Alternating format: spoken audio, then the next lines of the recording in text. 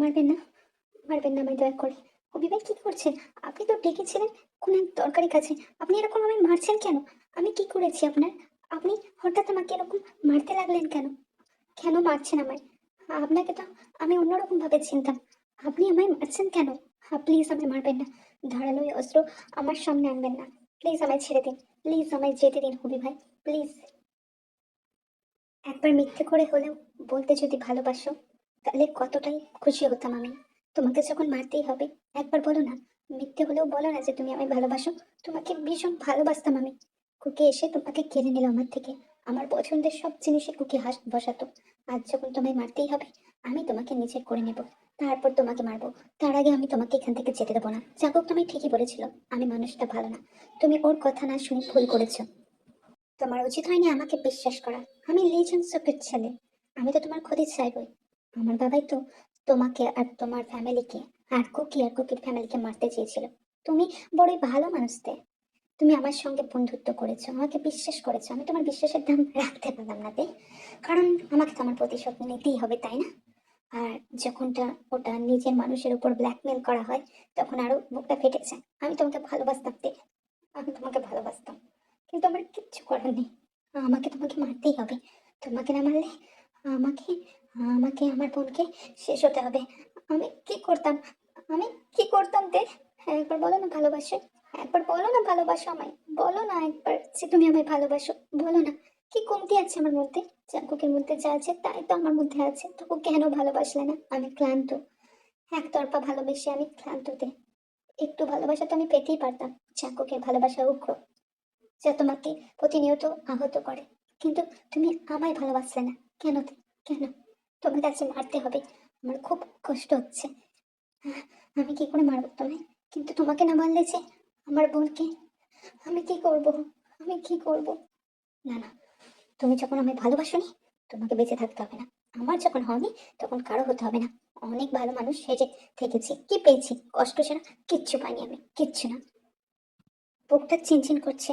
এক অজস্র ব্যথা আমাকে ঘিরে রেখেছে। মন বলছে আজ কোনো বড় ক্ষতি হবে। আমি আমার প্রিয়জনকে হারাবো। তেও চলে গেছে।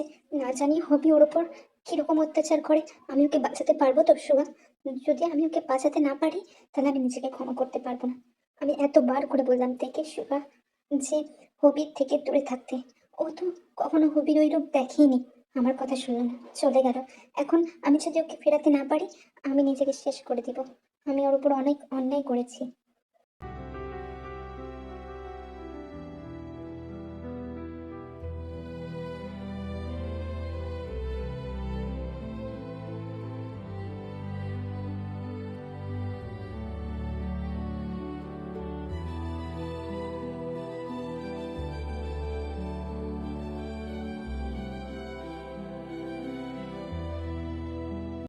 না না না দে, তুমি এভাবে আমাকে ছেড়ে চলে যেতে পারো না। আমি বলেছিলাম হবি সুবিধা না।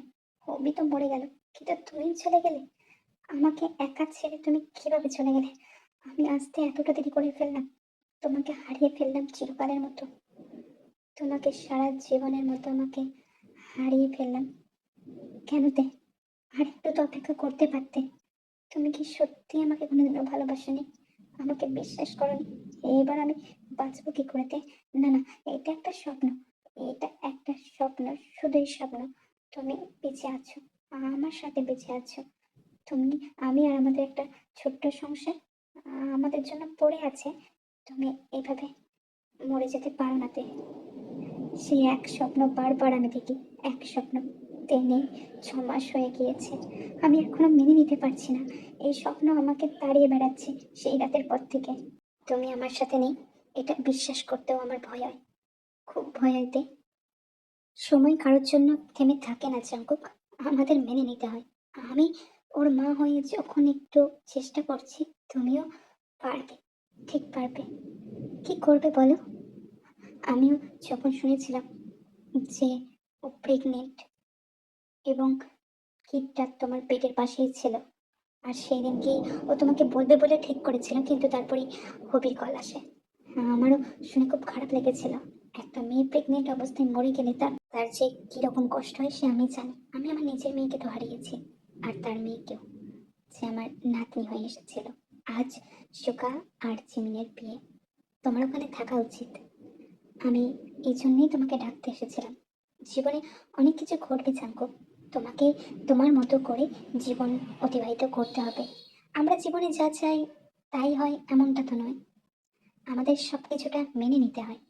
কষ্ট হবে, ভীষণ কষ্ট হবে, কিন্তু আল্লাহ পরিকল্পনাকারী।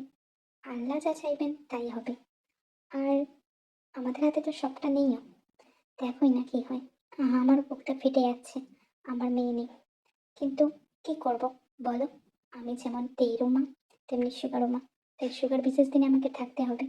আমি তোমাকে রিকোয়েস্ট করতেই এসেছিলাম, তারপর তোমার ব্যাপার, জোর করবো না। আমি তোমার মনের অবস্থা বুঝতে পারছি। একটা সময় তুমি তের উপর খুব অন্যায় করেছিলে, সুগার সেসব কথা আমি বলেছিলাম, কিন্তু এই 6 মাসে তোমাকে এই দুরবস্থায় দেখে আমি বুঝতে পেরেছি তুমি আমার মেয়েটাকে ভালোবেসে ফেলেছিলে। তুমি এভাবে খাওয়া দাওয়া ছেড়ে দিলে, নিজেকে একটা রুমে বন্দি করে নিলে, জিনিসটা সলভ হবে না জাঙ্কুক, হবে না। তোমাকে নিজের মতো করে বাঁচতে হবে।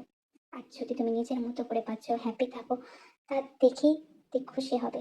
যে তোমাকে উপর থেকে দেখে খুশি হবে জাঙ্কুক। তাই একটা চেষ্টা করে দেখোই না, একবার নতুন ভাবে বাঁচতে চেষ্টা করে দেখো। আর চলে এসো যদি মন হয় সুগার ওয়েডিং ভেন্যুতে, আমরা চলে যাচ্ছি, কেমন? আমি প্রতিশোধ নিয়েছি তে। লে জাংসককে আমি হত্যা করেছি, জেহুবকে আমি হত্যা করেছি, আর তাদের মুখিয়া মাথা আমার এক্সের হাজব্যান্ড বুবমকে আমি হত্যা করেছি। আজ কেউ নেই, কোনো শত্রু নেই, সব ঠিক হয়ে গেছে দেখোতে। কিন্তু তুমি নেই। তুমি কোথায় তে? তুমি কোথায়?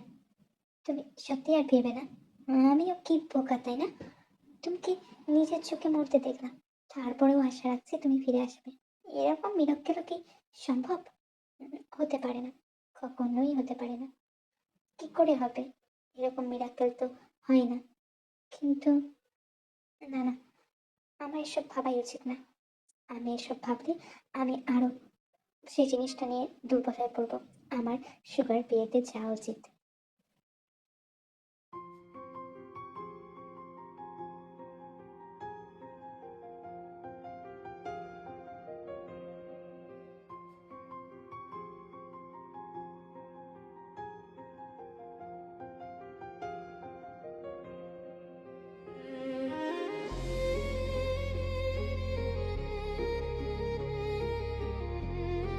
আমাকে অ্যাকসেপ্ট করে নাও না জাঙ্কুক।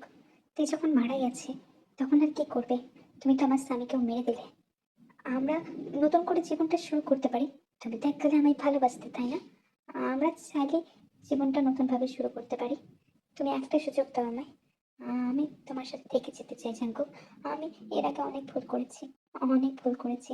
আমাকে ক্ষমা করে দাও জাঙ্কুক। একটা সুযোগ দাও তোমার সাথে থেকে যাওয়ার। আমি যেসব ভুল করেছি সবকিছু প্রায়শ্চিত্ত আমি করব। শুধুমাত্র একটা সুযোগ দাও, কারণ তোমারও ভালো থাকার ইচ্ছা আছে, আর আমারও ভালো থাকার ইচ্ছা আছে। আর আমরা দুজন একে অপরকে অনেক দিন থেকে চিনি। আমি তোমাকে ঠিক সামলে নেব, তোমাকে আমাকে সামলাতে হবে না, কিন্তু আমি তোমাকে ঠিক সামলে নেব। একটা সুযোগ দাও জাঙ্কু, শুধুমাত্র একটা সুযোগ। এই সুযোগেই তুমি বুঝতে পেরে যাবে আমি তোমাকে কতটা ভালোবাসি। তুমি আমাকে ভালোবাসবে তো Jungkook? Success seamless omen you are. আর কতটা নিচে নামবে? টাকা টাকা টাকা, টাকা ছাড়া তো কিছুই বোঝো না। টাকা দেখেই তো বুকুমের কাছে গিয়েছিলে। আজ যখন ওকে মেরে দিয়েছি, আমার কাছে সম্পত্তি দেখে আমার কাছে ছুটে এসেছো। তোমাকে আমি কোনোদিনই ভালোবাসিনি, তোমার প্রতি কোনো রকম মোহ ছিল না। আমার জীবনে প্রথম ভালোবাসা যদি হয়, সে একমাত্রই তে। ও আসার পরে আমি বুঝতে পেরেছিলাম আদতে ভালোবাসা কি। তুমি তো একটা শুধুমাত্র অ্যাট্রাকশন ছিলে।